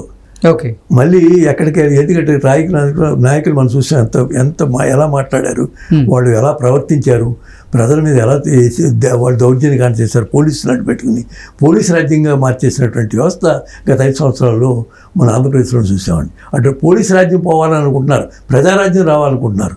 అంచేత ప్రజారాజ్యం వచ్చేటువంటి పరిస్థితి ఈవేళ మీరు అన్నట్టుగా అమరావతిలో ఉంది. అమరావతిని చూస్తే, ఎందుకంటే అమరావతి ఎవరి రాజధాని కదండి, గ్రేటెస్ట్ ఇదివరకు ఒకప్పుడు గొప్ప రాజధాని అది. అదంతా కూడా దాని మీద పుస్తకాలు వచ్చాయి. మన పుత్తూరు వెంకటేశ్వరరావు గారు రాశారు, ఎంతోమంది కవులు రాశారు రాజధాని అక్కడ పెట్టడం మంచిదని పెట్టి. వీళ్ళంతా సలహా ఇచ్చారు. ఇది రామోజీ గారు ఇచ్చిన సలహా, వెంకయ్యనాయుడు గారు ఇచ్చిన సలహా కాదు అది. ఏంటి ఒక రివర్ బెడ్, ఒక పక్కన ఉన్నటువంటి రివర్ పక్కన మంచినీళ్ళకి ప్రాబ్లం ఉండకూడదని. నిజానికి నేను ఒక మాట మీకు ఎంతవరకు చాలామందికి ఎవరికి తెలియదండి. నేను ఫస్ట్లో విడిపోయిన వెంటనే నేను ఒక రిపోర్ట్ పట్టుకెళ్ళి ఆ సుగతిపతి గారు ఇది ఇచ్చాను. ఎందుకంటే విశాఖపట్నం రాజధాని చేయమని. ఎందుకంటే పోర్ట్ సిటీస్ అన్ని క్యాపిటల్స్గా ఉన్నాయి భారతదేశంలోని. ఎందుకంటే ముంబై కానీ, ఇటు మనకి తిరువెంటర కానీ, ఇవన్నీ పోర్ట్ సిటీసే. అంటే కలకట్టా కానీ అన్ని పోర్ట్ సిటీసే ఎక్కువ మనకి రాజధానిగా ఉన్నాయి. దానివల్ల ఎన్నో బెనిఫిట్స్ కూడా ఉన్నాయి. Visakhapatnam is a beautiful city అవుతుందని నేను ఒక రిపోర్ట్ కూడా ఆయన పట్టుకెళ్ళి ఇచ్చాను. అప్పుడు ఇంకా డెసిషన్ తీసుకోలేదు, కానీ కమిటీ కూడా వేయలేదు. మన బిల్లు వచ్చినట్టు నేను చెప్పినటువంటి మాట. ఆయన దాని ఊరికే అలా చూసాడండి, దాన్ని సీరియస్గా తీసుకోలేదు. అయితే ఈలోగా మనం ఎన్ని రాజకీయాలు మారిపోయి ఏమేమి మారిపోయినాయో, ఎన్ని రకాల ఒత్తిళ్ళు వచ్చినాయో, దానికి కారణాలు ఏంటో మనం తెచ్చిపోతే ఎండ్లెస్ అండి ఇది. అంచేత ఒక నిర్ణయం జరిగింది, పార్లమెంట్ ఆమోదించింది. మోడీ గారు వచ్చి ప్రామిస్ చేశాడు, ఢిల్లీ కన్నా గొప్ప రాజధాని. నేను ఆ ప్రారంభోత్సవానికి కూడా వెళ్ళాను. అటువంటి నీళ్ళు పట్టుకొచ్చేసాడు, మట్టి పట్టుకొచ్చేసాడు, దాన్ని శ్మశానం కింద తయారు చేశాడు మట్టి వేసిన తర్వాత. మరి ఈవేళ బీజేపీ నాయకులు డబల్ రోలు డబల్ టంగు ఎక్కడైనా ఉందంటే ఆంధ్రప్రదేశ్లోనే ఉంది. ఆంధ్రప్రదేశ్ వాళ్ళు చేసినంత ప్లే ప్యాకెట్లో కూడా నా ఉద్దేశం పాండవులు కూడా మాయచేసిన మైసభ ఏదైతే ఉందో, మైసభ కానీ అక్కడ శకుని కానీ ఆడినటువంటి పాసికలు అంత జోదం ఆడినటువంటి బీజేపీ పగలొక యాక్షన్, రాత్రి ఒక యాక్షన్. అక్కడ ప్యాకేజీ తీసుకున్న నాయకులు, ప్యాకేజీ తీసుకొని మంచి నాయకులు ఉన్నారు. ఆర్ఎస్ఎస్ వచ్చిన వాళ్ళు, ఇక్కడ ఎవరో ఆర్ఎస్ఎస్కి సంబంధించిన వ్యక్తి హైదరాబాద్లో ఉన్నటువంటి వ్యక్తి అక్కడ ఇన్ఫ్లుయెన్స్ చేశాడని, ఆయన పేరు బాగయ్యో యాగయ్యో యోగా ఏదో ఉన్నారు, నాకు పూర్తిగా తెలియదు ఆయన పేరు. ఆయనే డ్రామా ఆడాడని ఇక్కడ 10 లక్షల కోట్లు ఇన్వెస్ట్ చేస్తే అక్కడ 10 రూపాయలు కూడా ఇన్వెస్ట్ చేయలేదు. మేము ఐఐటి పెట్టాం, ఐఐఎం పెట్టాం, అవి పెట్టామని తప్పుడు అవి పెట్టాలి. ఎన్నో పరిశ్రమలు ఇక్కడ ఉన్నాయి. ఇవన్నీ రాలేదు అక్కడికి, అడిగిన వాళ్ళు లేడండి. దీన్ని మనకి ఇక్కడ ఎంతో కోల్పోయాం, కొన్ని లక్షల కోట్ల రూపాయలు కొన్ని, అంతకన్నా ఒక గొప్ప రాజధాని కోల్పోయాం. ఇప్పుడు మనం దాన్ని చర్చకి వెళ్తే చాలా సీరియస్గా చేయాల్సి ఉంటుంది. అంచేత ఒకసారి నిర్ణయం తర్వాత దాన్ని కట్టుబడి ఉన్నట్టు ఆ ప్రజలంతా కూడా తగ్గిపోయి ఇప్పుడు తిరుగుబాటు చేయకపోతే ఇంకా రాష్ట్రాన్ని రక్షించేటువంటి నాదుడు ఎప్పుడు ప్రపంచంలో లేడండి. ఓకే, సో అసలు ఉమ్మడి కృష్ణా జిల్లా, ఉమ్మడి గుంటూరు జిల్లాలో కూడా ఎన్డీఏ కూటమే సత్తా చాటబోతుందంటారు, క్లీన్ స్వీప్ చేయబోతుందంటారు. ఉమ్మడి ప్రకాశం జిల్లా పరిస్థితి 2 స్థానాలు బలమైన అభ్యర్థులు, డబ్బు ప్రభావం, కుల ప్రభావం ఉంటే అక్కడక్కడ రావచ్చు. ఓకే, ఉమ్మడి ప్రకాశం జిల్లా పరిస్థితి ఏంటి సార్? ఉమ్మడి ప్రకాశం జిల్లాలో మొత్తం 12 అసెంబ్లీ నియోజకవర్గాలు ఉన్నాయి. 12 అసెంబ్లీ నియోజకవర్గాల్లో టీడీపీ ఎన్ని చోట్ల గెలిచే అవకాశం ఉందంటారు? మొన్నటి వరకు బాలనాగిరెడ్డి గారు అడుగు ఇటుకు ఒక అడుగు అటుకు, పార్టీ నుంచి వెళ్ళిపోతాను ఉంటాను, మళ్ళీ మా చుట్టాలు మా బంధువులు అని డ్రామా ఆడొచ్చాడండి అక్కడికి. ఆడకుండా ప్లెయిన్గా ఒకప్పుడు ప్రకాశం జిల్లా అంతా కూడా పెద్ద సపోర్ట్ టీడీపీకి ఉండేది. ఎందుకంటే కారణం బాలరాముడు, అందరూ దగ్గుబాటి వెంకటేశ్వరరావు గారు అంతా అలాంటి పార్టీలో గెలిచినటువంటి వ్యక్తులు ఉన్నారు, పవర్ఫుల్ లీడర్స్ వచ్చినటువంటి. అలాగే మాదాల కుటుంబం నుంచి వచ్చినటువంటి వాళ్ళు ఒక గ్రేట్ లీడర్ ఉండేవారండి. ఆయన కమ్యూనిస్ట్ పార్టీలో ఆయన ఓడించడం కోసం ఆ రోజుల్లో కాంగ్రెస్ పార్టీ, ఇందిరాగాంధీ వీళ్ళంతా కృషి చేసి జగ్గయ్య గారిని, సినిమా యాక్టర్ జగ్గయ్య గారిని తీసుకొచ్చి పోటీ పెడితే ఆ రోజుల్లో జగ్గయ్య గారు గెలిచారు. అంటే అంత గొప్ప కమ్యూనిస్ట్ బేస్ ఉన్నటువంటి ప్రాంతం అది. మన మాదాల రంగారావు గారి సినిమాలు చూస్తున్నాం, వాళ్ళ ఫ్యామిలీ నుంచి వచ్చినటువంటి వాళ్ళు. అలాగా అటువంటి ఆ జిల్లా ఈవేళ కులతత్వంతో ఉన్నటువంటి జిల్లా కింద మారిపోయింది. అలాగే మా మాగుడు సుబ్రహ్మణ్యరెడ్డి గారు అక్కడ గెలిచారు.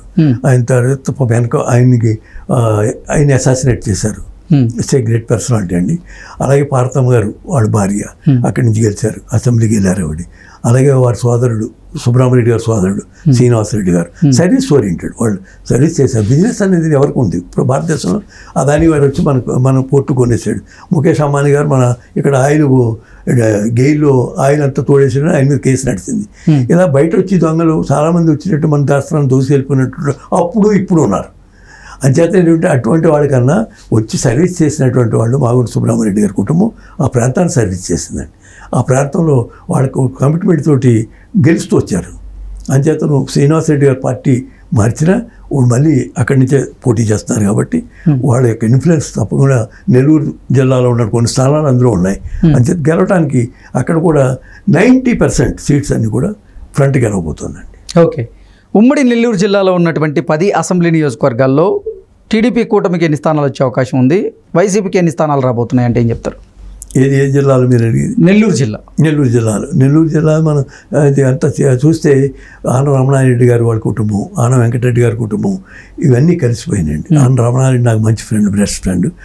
అప్పుడు టీడీపీలో వచ్చి గెలిచినటువంటి యంగెస్ట్ ఎమ్మెల్యే అండి. అదేవిధంగా ఆయనకి ఎన్టీ రామారావు గారు పిలిచి వెంటనే ఆయన మినిస్టర్ ఇచ్చారు, ట్రాన్స్పోర్ట్ మినిస్టర్ ఇచ్చారు. వాళ్ళ ఫ్యామిలీ మొన్నటి వరకు ఉన్నటువంటి వాళ్ళ ఫ్యామిలీకి ఇన్ఫ్లుయెన్స్ ఉంది. అలాగే మాగుంట సుబ్రహ్మణ్యరెడ్డి ఫ్యామిలీ గారు ఉంది. అలాగే అన్ని రెడ్డిష్ డామినేటెడ్ ఏరియా అండి. ఒక విధంగా ఉన్నటువంటి ఎంపీ కుటుంబానికి కూడా అక్కడ ఇన్ఫ్లుయెన్స్ ఉంది. రాజమోహన్ రెడ్డి గారు వాళ్ళ కుటుంబానికి ఆయన కూడా ఎంపీ చేశాడు గతంలో. ఇప్పుడేమో నెల్లూరు ఎంపీగా కూటమి బరి నుంచి వేమిరెడ్డి ప్రభాకర్ రెడ్డి గారు ఆయన దిగారు. అలాగే ఇటు వైసీపీ నుంచేమో విజయసాయిరెడ్డి ఆయన పోటీ చేశారు. ఆయన విజయసాయిరెడ్డి ఓడిపోవడానికి అవకాశం ఉందండి. అంటే అక్కడ ప్రాంతం వాడు కాదు, ఆయన ఊరికి వచ్చి అక్కడ పోటీ చేశారు. తప్ప గాలి ఉందేమో అది ఉంది, మన రెడ్డిస్ మనం గెలిపిస్తాను. పీపుల్ ఆర్ యాంటీ అండి. అక్కడ విజయసాయ, ఇంకో సాయ, ఆ సాయ, ఈ సాయ అనేటువంటిది, కసాయ అనేటువంటిది ఏమీ లేదు. ఏ సాయ అయితే మనకేమిటి, కానీ ఆయన మాత్రం ఓడిపోవడం ఖాయమండి. అక్కడ తప్పనిసరిగా ఉమ్మడి అభ్యర్థి గెలుస్తున్నారు. ఓకే, సో ఉమ్మడి నెల్లూరు జిల్లాలో ఇప్పుడు టీడీపీ కూటమికి 5 స్థానాల పైనే రాబోతున్నాయని చెప్తారు? అవును, ఖచ్చితంగా వస్తాయండి. 5 స్థానాల పైనే వస్తాయి. Okay sir. నెక్స్ట్, రాయలసీమలో ఉన్నటువంటి 52 అసెంబ్లీ నియోజకవర్గాలు కనుక మనం చూసుకున్నట్లయితే చిత్తూరులో 14 అసెంబ్లీ నియోజకవర్గాలు ఉన్నాయి. 14 అసెంబ్లీ నియోజకవర్గాల్లో కూటమి ఎన్ని గెలిచే అవకాశం ఉంది, వైసీపీ ఎన్ని గెలిచే అవకాశం ఉంది? జగన్మోహన్ రెడ్డి గారు ఆయన అనుకునేది ఏంటంటే రాయలసీమ రెడ్డిస్ అంతా నాకు సపోర్ట్ చేసేస్తారు, మనమే గెలిచేస్తాం, రెడ్లు అంతా నా పక్కన ఉన్నారు కదా, పవర్ఫుల్ రెడ్డిస్ అంతా ఉన్నారు. మాచిల్ రెడ్డి, పిన్నెల రామకృష్ణారెడ్డి లాంటి వాళ్ళు అందరూ కూడా అక్కడ కూడా ఉన్నారు. మన సత్తా ఏంటో చూపిందాం అనేటువంటిది ఛాలెంజ్ చేశారు. కానీ విచిత్రమైనటువంటి పరిస్థితి ఏంటంటే అక్కడ షర్మిల కూడా గెలుస్తుంది అనేటువంటి రిపోర్ట్స్ వచ్చినాయండి. అంచేతను ఇటువంటి ఒక మార్పు అనేది అంటే జనంలో మొదలైంది. అంచేతను ఆ తల్లిగారు అక్కడి నుంచి, విజయమ్మ గారు అక్కడి నుంచి మెసేజ్ ఇచ్చారు, నా బిడ్డను గెలిపించండి. అంటే ఎంత ఇటువంటి మెసేజ్ అంటే ఒక పిడుగులాంటిదండి. అంటే 2019లో పరిపాలకుడి మీద ఒక పిడుగు పడినట్టే. Exactly sir. 2019 అసెంబ్లీ ఎన్నికల్లో చూసుకున్నట్లయితే మనం ఆ 52 అసెంబ్లీ నియోజకవర్గాల్లో 49 అసెంబ్లీ నియోజకవర్గాల్లో జగన్మోహన్ రెడ్డి పార్టీ సత్తా చాటింది. కానీ ఈసారి సీన్ మారబోతుంది. 52 అసెంబ్లీ నియోజకవర్గాల్లో ఎక్కువ శాతం టీడీపీ కూటమి అభ్యర్థులే గెలవబోతున్నారు అంటూ కొన్ని వార్తలు అయితే వస్తున్నాయి, కొన్ని సర్వేలు కూడా చెప్తున్నాయి సార్. మన టీవీ చూసుకుని వీక్షకులు కూడా రాసుకోవచ్చు. 36 స్థానాలు గెలుస్తాయండి ఇక్కడ. ఏది సార్? కూటమికి కూటమి 52 స్థానాల్లో ఓకే 100% 32 స్థానాలు గెలుస్తాయి. ఇంకా రవిడీజానికి పాత్ర వేసేటువంటి ఎలక్షన్ అండి ఇది. ఓకే రవిడీజానికి, మోసానికి, దగాకి, అవినీతికి ఇప్పుడే కనుక యువకులు కనుక మేల్కోకపోతే ఆ రాష్ట్రాన్ని ఇంకా ప్రపంచంలో ఏ శక్తి కూడా బాగు చేయలేదండి. ఎందుకంటే గొప్ప గొప్ప మహానుభావులు పుట్టినటువంటి మన రాష్ట్రం ఈ దుస్థితికి రావడానికి కారణం ఈ రాజకీయాల్లో అవినీతి, డబ్బు, వీటి ప్రభావం మందు. ఈ 3 రాజ్యాలతోకాలం శ్రీశ్రీ గారు ఒకసారి చెప్పినటువంటి గొప్ప స్లోగన్ ఏంటంటే, ఆయన దొంగ నోట్ల రాజ్యం ఒక రాజ్యం అని, దొంగ లంజా కొడుకల రాజ్యం ఒక రాజ్యం అని చెప్పారు. ఆయన బహిరంగంగా చెప్పారు, అందరికీ తెలుసు అది. అంచేత ఏంటంటే ఇప్పుడు అటువంటి పరిస్థితి ఆ రాష్ట్రంలో రాకూడదని ఇవాళ తిరుగుబాటు చేసినటువంటి యువత ఎవరైతే ఉన్నారో ఆ యువత ఆ రాష్ట్రాన్ని కాపాడుకోవాలి. అంచేత ఏంటంటే మనం మాట్లాడుకుంది మళ్ళీ 5వ తారీఖుని వచ్చి కలుద్దాం తప్పనిసరిగా. గెలిస్తే నాకు ఎందుకన్నా అది నాకు 12 సక్సెస్ అవుతుందండి. రామారావు గారు చెప్పాను నేను ఓడిపోతున్నారని, ఆయన నమ్మలేదు పాపం. చంద్రబాబు నాయుడు గారికి 100 సంవత్సరాలు ఫంక్షన్ జరిగినప్పుడు, రామారావు గారు 100 సంవత్సరాలు కోటపల్లి జరిగినప్పుడు ఆయన నన్ను అడిగారు, సీతారామరాజు గారు మీరు ఎప్పుడు చెప్పినా కరెక్ట్ అవుతుంది అని ఊగిన మరి అడిగారు. మీరు చూడండి, వీడియోస్ చూడండి, అన్నిట్లో వచ్చింది అది. అడిగితే ఏమంత గెలుస్తుందంటే 162 వస్తున్నాయని ఆశ్చర్యపోయాడు ఆయన. ఎక్కడ చేయించారు సర్వే అని. చేయించాను సార్, మా సర్వే ఉంది, నా సర్వే ఉందన్నాను. అన్న తర్వాత లేచిన తర్వాత అన్నాను తమాషాగానే 160 లెక్క వేయండి అన్న. 1, 6, 2 ఎంత అయిందండి? 9. ఎన్టీ రామారావు గారి నెంబరు, ఆయన ఇంటి నెంబరు, ఆయన కారు నెంబరు, ఆయన క్యాబినెట్ నెంబర్ 9. అని చేత ఖచ్చితంగా 9 విజయంగా 162 వచ్చినా ఆశ్చర్యపోవక్కర్లేదన్నాను. కానీ నేను వేళ కట్టుబడి ఉందండి 140 తగ్గవండి. ఓకే, మరి పార్లమెంట్ స్థానాలు సార్? పార్లమెంట్ స్థానాలు 18 వస్తాయండి. కూటమి 18 ఖచ్చితంగా వస్తాయి. ఈ విచిత్రమైనటువంటి పరిణామం ఏంటంటే 1-2 కాంగ్రెస్కి రాబోతున్నటువంటిది నేషనల్ సర్వేలు, ఇతరత్ర జరిగింది, పోలీస్ సర్వేలు, ఇంటెలిజెన్స్ సర్వేలు, ఏవో రకరకాల సర్వేలు అని వస్తున్నాయి. అందులో అన్ని సూచిస్తున్నాయి ఏంటంటే వైసీపీకి 3-4 స్థానాలు వస్తాయి. తదుపరి అన్నీ కూడా వస్తాయి, ఇతర పార్టీలకు వస్తాయి. 18 స్థానాలు కూడా వస్తాయని అదే నేషనల్ అది గవర్నమెంట్ ఎన్డీఏ కూడా అంచనా వేసింది. అంచేత తగ్గదండి. లేకపోతే మొత్తం గాలి ఉందనుకోండి 20 తగ్గదు. Okay sir, thank you so much. Thank you అండి.